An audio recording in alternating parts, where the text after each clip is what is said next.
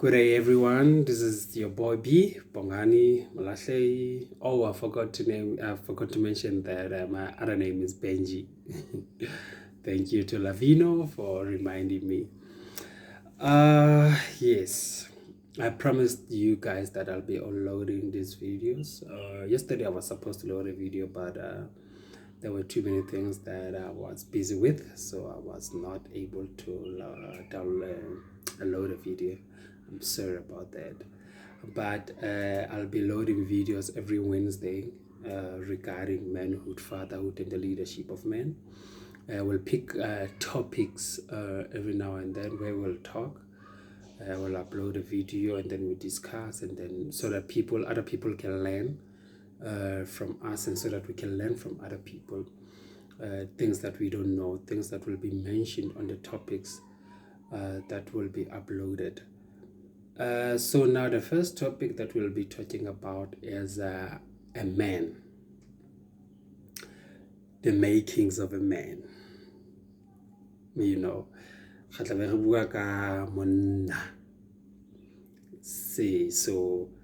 we'll be addressing the issue and trying to figure out what do other people think, the definition that they know regarding a man, because when you go back into the olden days, and even now we still have those people that define a man as a dog, a man as a loser, a man as an abuser, a man as a lot of things that are not okay, that are not right. But I have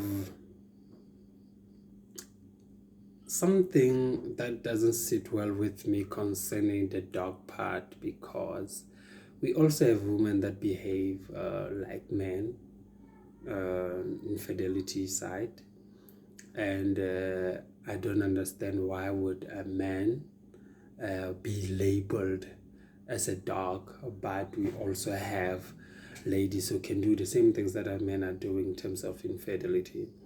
But then we will talk about that, we'll address that issue. So now the definitions that we have over the past years are not good, are really not good, because now we have been called names, and we have been dragged into a lot of things, hashtags, and supports and support groups have been saying stuff about men, because of a certain portion of individuals that need help, about their behavior and the mental state. But then we're not gonna try to defend ourselves. We're here to talk about what a man is, and what makes a man. We hear about that. So, okay, I'm gonna talk about the Christian part when it comes to what makes a man, and also touch bases on the culture and the streets, based on the labels that we have, the defining a man. When you go to a Christian community, they define a man as a male figure who has accepted his call in Christ Jesus. Okay, I'm gonna explain why. It is like that. It is because the first step when you come to Christ, other than seeking the gift of the Holy Spirit, it is finding yourself. It's about finding yourself. Tapping into the real you, the spiritual you, the inner man, in order for him to activate your connection with heaven. Every time maybe you have to pray, you need to switch him on, or he's always on, depending on your relationship with God. So now, when you accept Christ, there's also a guideline, which is the Bible, on which helps you on how to be a better man or a better person. So now I've explained that. So in Christian community, that's the definition. When you go to culture, you get that there's a process that has been, people get training and then initiation, stuff, and then they get taught how to become better men there. It's not just a nice journey where they go there and then they come back. They get taught on how to become better men and stuff like that. The streets, you are labeled based on your role that you play in your family or on the community where you serve. So it is, we have 3 definitions that I can think of: Christian community, culture, and the streets. But one thing that I love that connects the 3, it is the roles of a man in the Christian community, in the culture, and also on the streets, which they have similar roles in terms of providing, in terms of leadership, in terms of caring their families, So that's one thing that I was looking at, and it was really nice to distinguish, okay, from other aspects of life. We have this that can really link up, the 3 definitions of a man, and finding that out, it really made me think deep about the different definitions that we have of a man, and how do they embrace each other into becoming, I would say, one definition, of a man. Okay, we're going to decide, this is a man's supposed to be like this, a man's supposed to behave like this, a man's supposed to think, or even maybe a man's supposed to do this, and this, and this, because the roles have been there. The roles have been leadership, the roles have been providing and caring and stuff like that, and some people, they're not fit enough even to carry the family financially or spiritually, I would say, or even the leadership qualities are not okay or are not in place. By the time you feel like that already, your family is looking up to you as a man. You've been through initiation, or the streets have labeled you, or a Christian community has endorsed you and stuff like that. But deep down, you feel like, man, I can't do this. So now, I'm gonna, unpack a lot, not a lot, just a bit, so that we can, get to engage. After that, I'm gonna share a video, and then we engage, and then we talk, and then you tell me what you think, and then, we're not attacking each other. We're not gonna talk bad about each other or our beliefs system and stuff. We're just gonna engage, talk, and so that we can know, okay, what other people think about a man and manhood and stuff like that, sharp. So now, let me unpack a bit. Being a man comes with a lot. There are things that are tied to a man from a very young age. That is why in the olden days, when our great-grandmothers gave birth,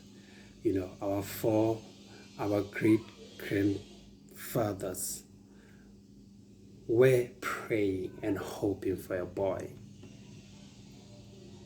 because they believed that with a boy you build, and then with a girl you have to marry her off. So a girl was never entrusted most of the time with the special or the treasure of the family, because they believe that this person is going to be married off to some family or some guy, and so she's not going to be in use when it comes to the family business or treasures in the family or stuff like that. So that is why most families back then, they preferred men, so that men can carry on the name, men can, the lineage can expand and stuff like that, So there was too much already that was expected of men. That is why when we grow up as boys, most of us were trained in a certain way, to think and how to react, not to show emotions, not to do this, not to care,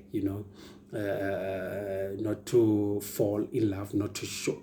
You're not supposed to, because, okay, I ran into one of the people that I knew back then. And then he was a very old man, and he was I was surprised from the way he said what he said, because he said to me, hey wena monna, monna ha rate, monna wa lakatsa, that really, it made me like, okay, sharp, ka nahana twice about it. And I said, but if this guy a le moholo sone says that monna ha rate, monna wa lakatsa, he has been preaching to many people, and many people are doing that because they believe, for Haman, this guy has been around for some time.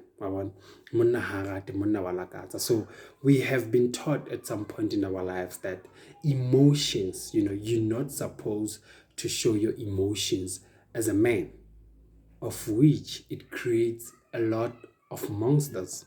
Because if you can't show emotions and you bottle them up, the day when you do, it's going to be chaos. And that is why I always say to the guys, should be there anything that you're struggling with in terms of you can't talk, our the relationship being you know, re bua dintho tse bohloko kapo re etsa eng, we don't show any interest. So men like that, I always say to them, you know what, go seek help, professional help. Therapy, it's not a weakness. It's not a weakness. Everybody at some point, they need to reevaluate their lives and be like, okay, mona get toxic, mona get toxic, mona get toxic. You go to therapy, you sort those areas out, you come back, and crying also, it's not a sign of weakness. It's a sign of showing your emotion. Okay, yo, I am hurt or I am disappointed, Sometimes it's tears of joy, sometimes, voila, because you get all lahua or whatever, you've been cheated on, or something is not going right in your life, the job that you wanted, you got turned down, stuff like that. So and then your emotions are just boiling, and then you start to cry. Because if you don't do that, the minute you get into contact with someone that's gonna spark that up, you're gonna kill that person, or you're gonna I don't know, but you're gonna kill that person, or you're gonna injure that person, you're gonna hurt that person, and it's not a good thing.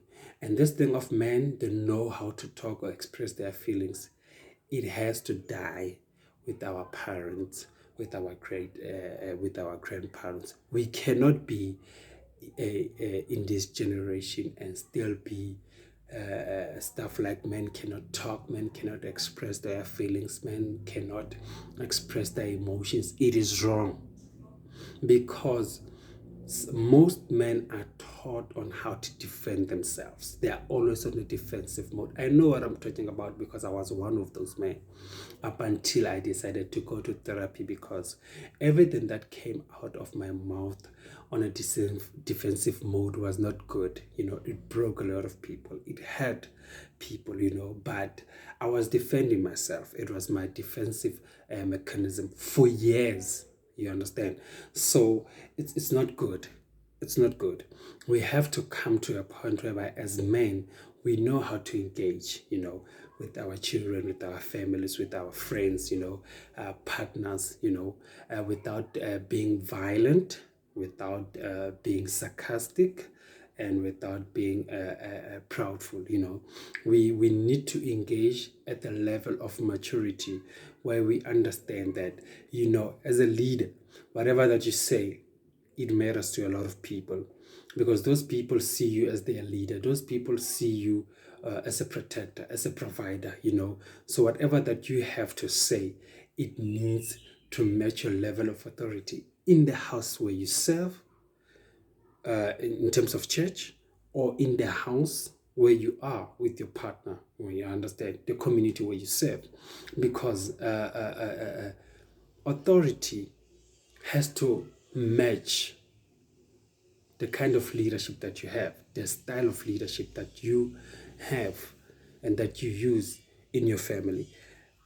So tlohellang ho bua e ka reng ha ke tsebe, tlohellang ho bua bo mantswe e ka reng bo hana se ke tla bona pele na ho etsahalang. No, a leader doesn't talk like that.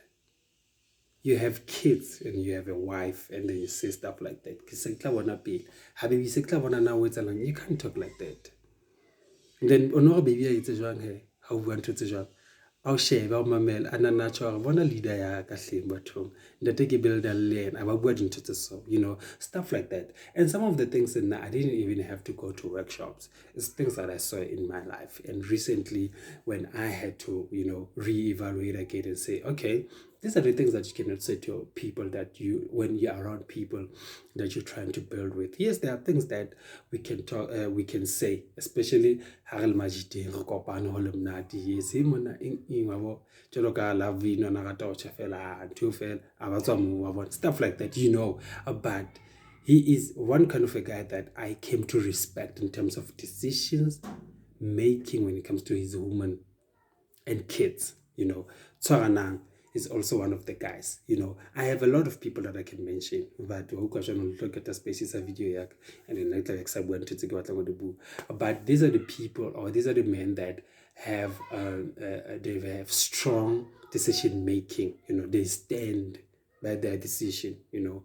When they say no, their no is no. When they say yes, their yes is yes. And when they say, Emona, there was this one at a time where Lavino J. Relevacit, and then he woke up as a wisibat. Until today, I don't think he has ever changed, because he believed that Ntwana Yetsa Eraite Ene. He stood by it for a long time. He stood by it, you know. So you got to respect such people who make decisions and stand by it. And they like men like that, you know, who can make decisions and by aim decisions. It's a motor decisions. Wasana baraya, what's a baby maranakina, Narakat, Lamona, Hakenya man, or confuse a family go fail. Because when family, how family guys, okay, they switch their minds, you know, they prepare themselves for Velcom. Also, hell, but now say the Velcom son, but already they made calls, number one, to their friends, you know, to the people that they regard as family, and they prepare themselves emotionally, and then you come when a leader, and then you say something totally different from what you said, and then you want these people to respect you. No, you can't, because now o dilana le maemo a maikutlo a bona ka nako eo, of which it is something that I'm picking on a daily basis when engaging with men, when talking to men. Okay, this is what they're doing in relationships and stuff like that. But now you have to ask questions sometimes. Okay, my guy, you're saying that your woman is doing this, your woman is doing that, but how did you contribute to this? Né? And then you go on, okay, you promised her 2,000 rand, 2,000 rand high, and then you keep on promising her things that you know you can't deliver, just because of feel for if I can start if that is the case, I is starting a local palanto at Lekatson. Maria Harda, more than thinking Monana here. So, yeah, as I was trying to unpack, you see, I was just trying to bring you closer on what I'm talking about and why I'm saying what I'm saying and stuff like that. So, decision making and smaller nyananji things, you know, in defining a man, you know, in terms of Christianity, culture, and the streets, it's they play a bigger role, you know, on your leadership, how do you lead your leadership style? If you can't lead the people that you are with, you're not gonna make it out there. You're not gonna make it out there. That is why Bana Baba Ruti, they're so rebellious. They rebel. They don't play. because this guy is a pastor and everybody loves him at home. But when he comes home, then he's totally a different person. He's an abusive man. He's saying all stuff, all kinds of things to his children. He's a cheat. He's a lot of things, So the children know their father. They don't know the pastor because they live with this man. So you'll be judging them from a point of bana ba bana le madimona in kapo molora ntondon o etsang house number 8, but you don't know the man. If you knew the man, you would feel the same or more than that. So we cannot judge batho ba dulang le motho e re metsang a leader based on what we know on the leader. Because the leader is the leader mo strateng, what's whatever it's on strateng, mara ha re tsebe motho ka tlung. Is he a leader ka tlung? Kapo ka tlung jwanong ke moshimane sa boserase, ke bontate ba ba tsamayang ka di-BVD ka tlung, a setse ka dikgopo, a ntse a bolella bana for le lo ipatlela bohalona mona ke haka, stuff like that. You don't lead children like that. Kids, you bring them here to you. Because kids don't listen to what we say. They do exactly what we do. And then this is where we get angry. That is why habana ba rebel. Baruti ba kwata, and then they start calling them names. That's a topic for another day. So as I was saying, so in all this kind of stuff, we're trying to label a man. What is a man? And how can we distinguish, between Christian defined, culture defined, and also the streets defined. You need to get into that culture or that I would say the space, the Christian space, in order for you to understand what really makes a man. How can you define a man based on the Christian culture or the Christian way of doing things? And in culture also, you need to understand, because we have different cultures, traditions, clans. We differ a lot, and each and every clan has its way of doing things. They don't do things like the other clans, but they do stuff according to how they've been taught and how they've been raised, and also on the streets will label you based on how much you contributed to the streets, your family, the community where you serve and stuff like that. So you need to get to the streets to understand the definition of a man based on his street value, I would say, So now we come back. What really makes a man? This is a point where I open the floor for people to come so that we can discuss and close this. People will say indoda zinkomo, people will say obuhle bendoda zinkomo, people will say monna ke monna, ka dikgomo in Sotho. And then nowadays people used to say monna ke monna ka Noah, yeah, but we know what they meant with that. But what really makes a man?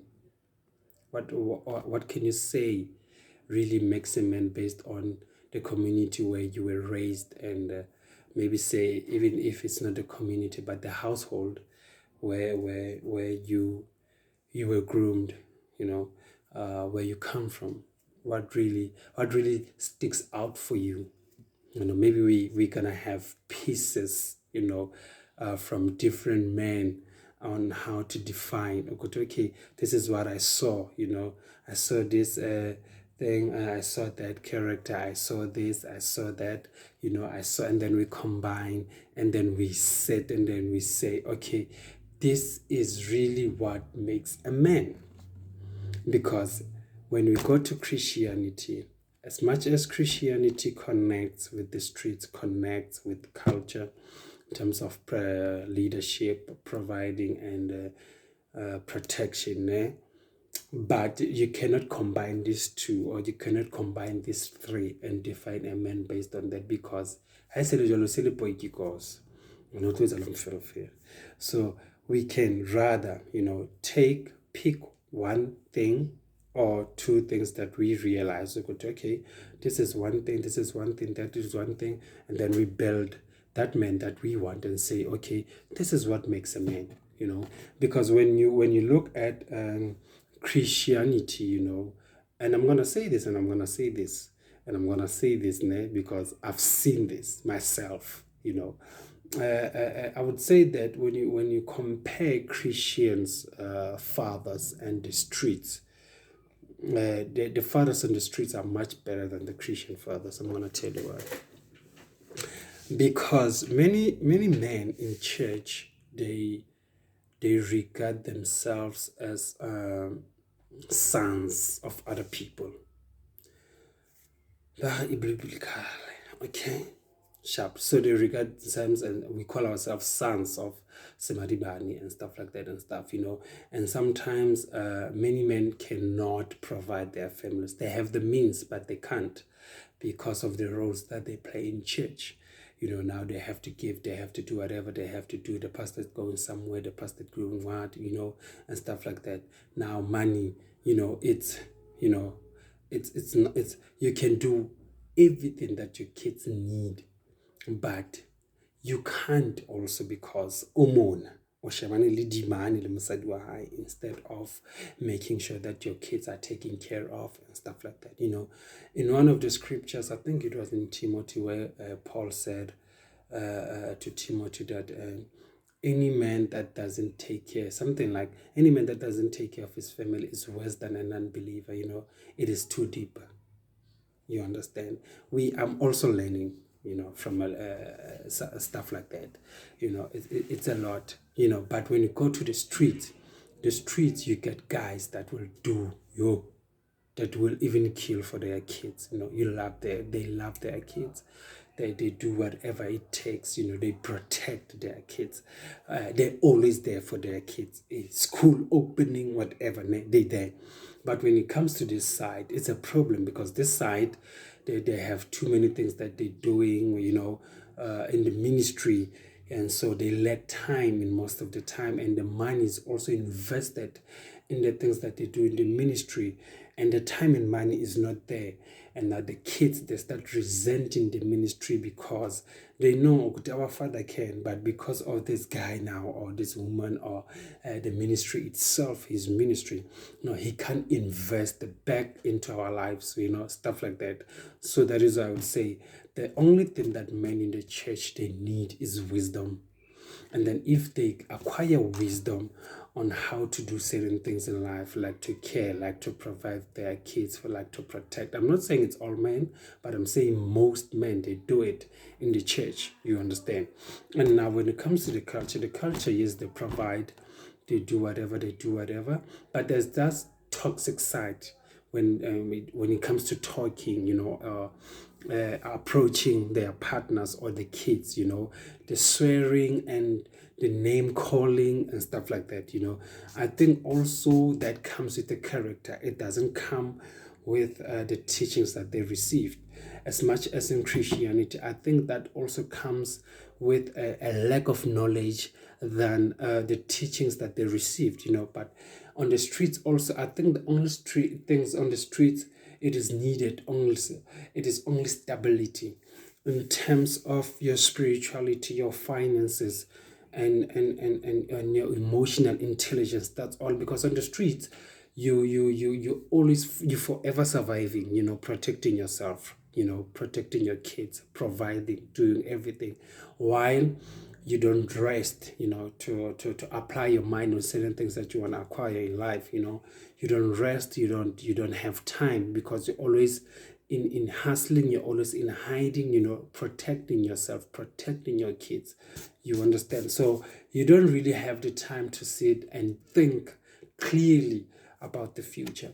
But when that comes, I will really encourage guys when you have time, especially the street defined men, when you have time, to sit and think about everything in your future, the plans that you had before. Everything came about before you had a family. How to make money, how to expand, your territory and stuff like that. Because that alone, it also gives you direction. It gives you a drive about the things that you want to do in life. So yeah, so stuff like that. But when it comes to the culture defined man, I would say, guys, let's know how to apply our emotions, on relationships, even the relationships that we have with our kids or with our partners, the guys, and stuff like that.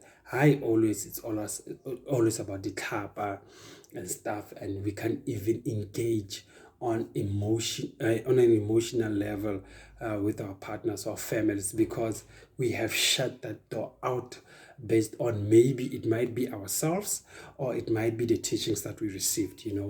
The Christian people, because this side I've been crucified a lot, because people thought that, I once said in one seminar, that I believe that most pastors, they were actually, I would say, creating zombies, especially among men, because they knew that when they have the head of the house, you know, then they have the whole house. You understand?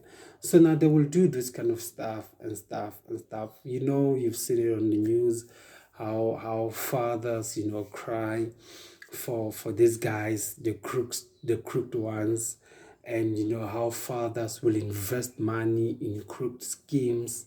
You've seen this kind of stuff. So that's why when I said I don't want to take part in training people or engaging people that are hypnotized, I'm not. And then people got angry, because I said, no, I'm not gonna engage with zombies. And then people got angry and said, no, I can't say stuff like that, because the sad thing about these people is that they're not gonna listen to what you say or what you have to say if their leader doesn't endorse you.